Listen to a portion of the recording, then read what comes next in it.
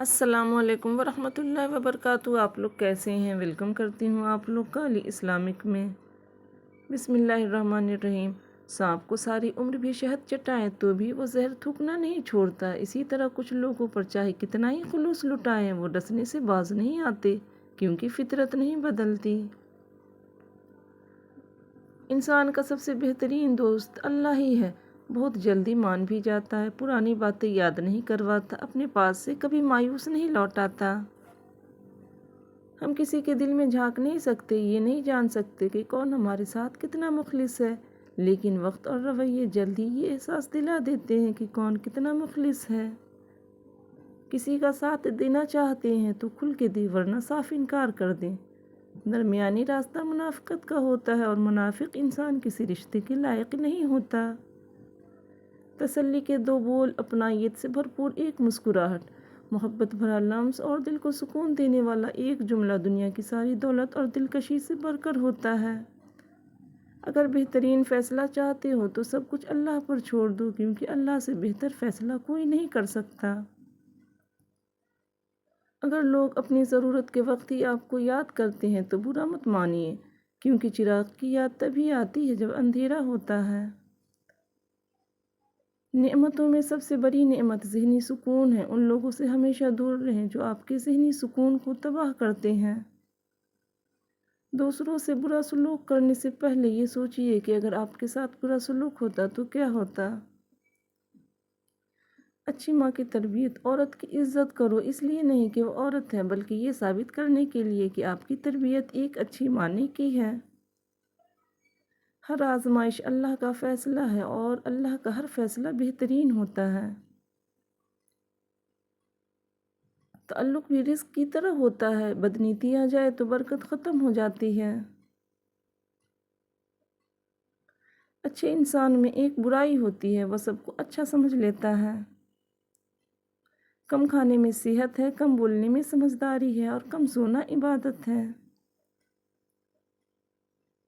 منہ پر تعریف کرنے کی بجائے بہتر ہے کہ پیٹھ پیچھے برائی کرنا چھوڑ دی جائے۔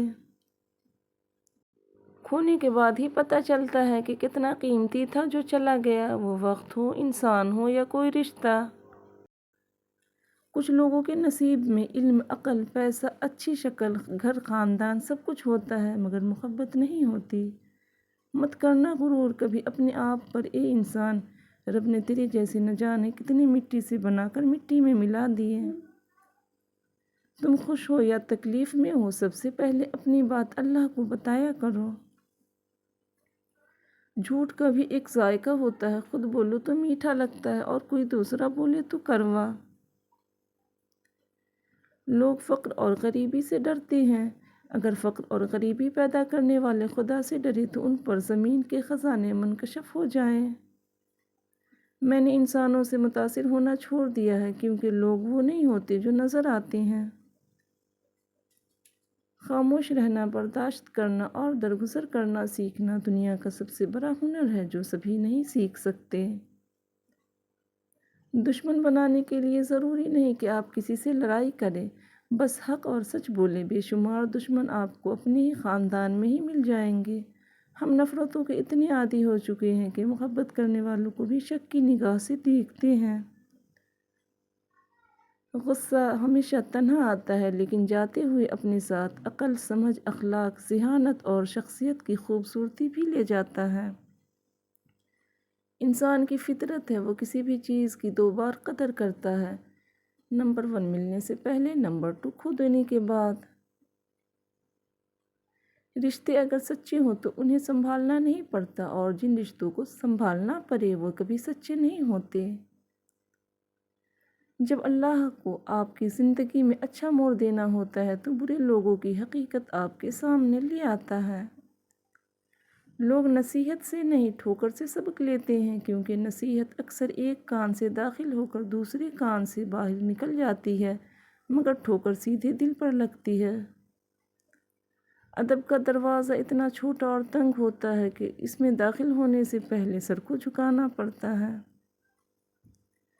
اگر اپنوں کو گرانے میں آپ کو اپنی جیت لگے تو سمجھ جاؤ کہ آپ بہت گرے ہوئے انسان ہیں۔ کبھی رب سے رب کو بھی مانگا کریں، کیونکہ وہ مل گیا تو کچھ اور مانگنے کی حاجت نہیں رہے گی۔ اللہ حافظ. Thanks for watching.